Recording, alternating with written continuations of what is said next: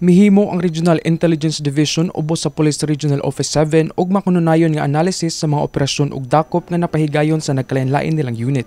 Mando sa Regional Director nga kinahanglan mahibaw-an kung asa gikan ug unsa kadaghan ang supply sa illegal drugs nga nisulod ug posibleng mosulod sa Central Visayas.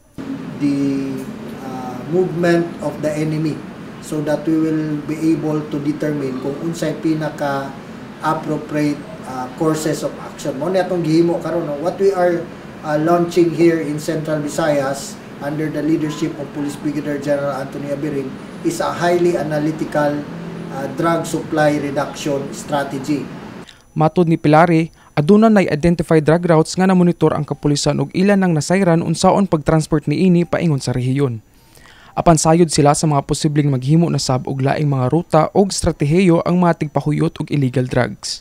We assure you that your Police Regional Office 7 under the leadership of Police Brigadier General Anthony Abirin has been analyzing well the situation on illegal drugs in Central Visayas. That's the reason why ubay-ubay tag nadakpan during his time, because what we are launching here is not a random operation, not random operations, but these are intelligence-driven operations which proceeds from thorough analysis of the situation.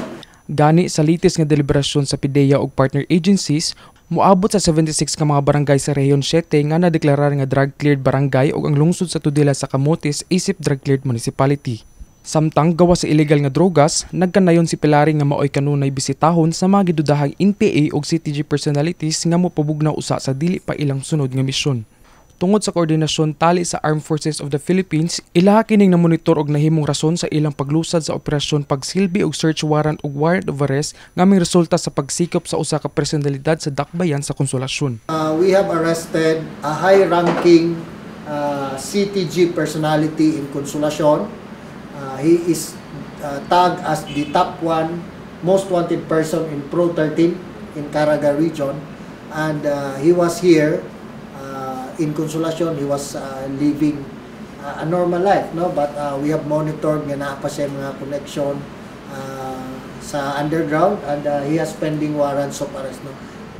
Sumala sa impormasyon nga ilang nakuha, tulo kasi man nasukad ni abot anhi sa Sugbo ang maong personalidad. Pahinumdum sa kapulisan sa katawhan nga manubagyod ang mga nalambigit sa illegal nga kalihukan. Kini si Alfrancis Mirabeno, Bipsocom intern alang sa MyTV Cebu.